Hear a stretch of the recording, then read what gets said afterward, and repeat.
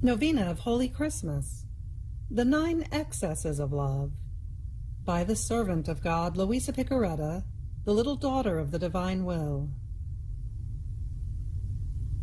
Preparation for Holy Christmas during the season of Advent.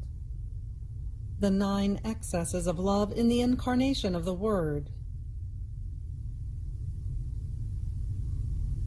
Let us prepare ourselves for the great feast of Holy Christmas by meditating on the mystery of the incarnation of the Word, attentively and continuously during the season of Advent, with the Christmas Novena, the 9 excesses of love, which Louisa did for the first time at the age of 17, and which she never abandoned during the course of her life. Let us focus on each excess of love for 1 week, during 9 consecutive weeks, by reading and meditating on them each day, ever more closely and deeply. This will help us to prepare ourselves for the final 9 days before Christmas, in which we will repeat the novena. May God grant us abundant graces, light, and consuming love, to be reborn with Him in the life of the divine will. Amen. The 9 Excesses of Love, by the servant of God, Louisa Picaretta, little daughter of the divine will.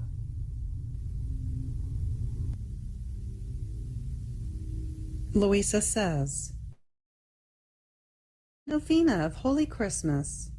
At the age of about 17, I prepared myself for the feast of Holy Christmas by practicing various acts of virtue and mortification, and especially by honoring the 9 months which Jesus spent in the maternal womb, with 9 hours of meditation each day, always concerning the mystery of the Incarnation.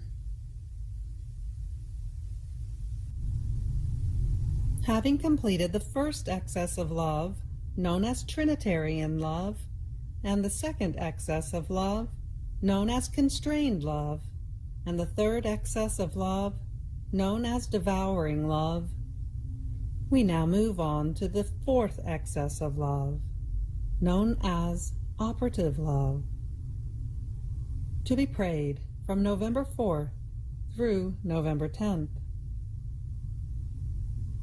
Fiat. 4th excess of love.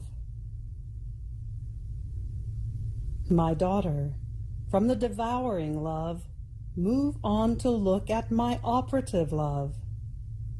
Each conceived soul brought me the burden of her sins, of her weakness and passions, and my love commanded me to take the burden of each one of them.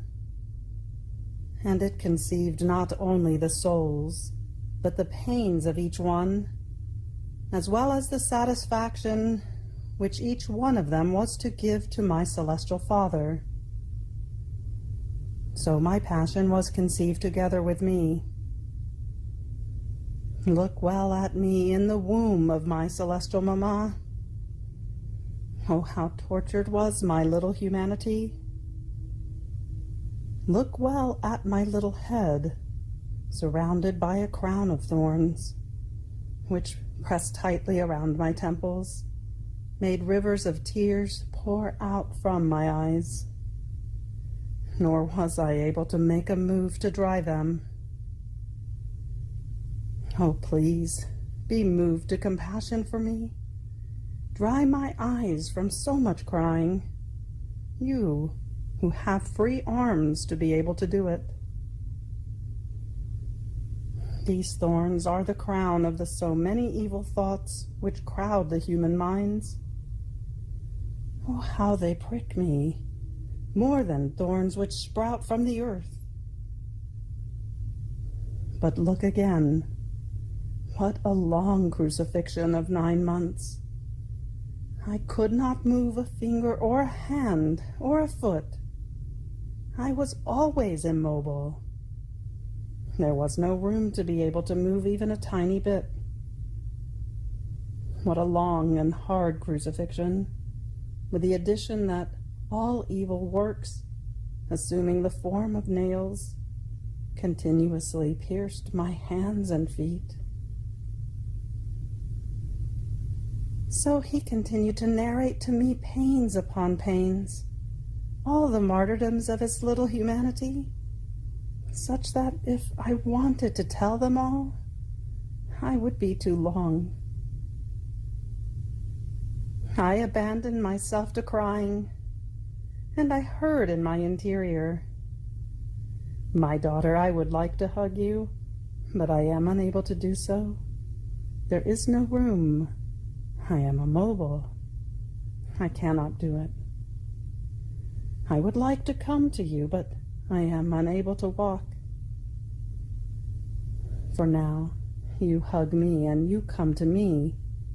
Then, when I come out of the maternal womb, I will come to you." But as I hugged him and squeezed him tightly to my heart with my imagination, an interior voice told me, "Enough for now, my daughter. Move on to consider the fifth excess of my love."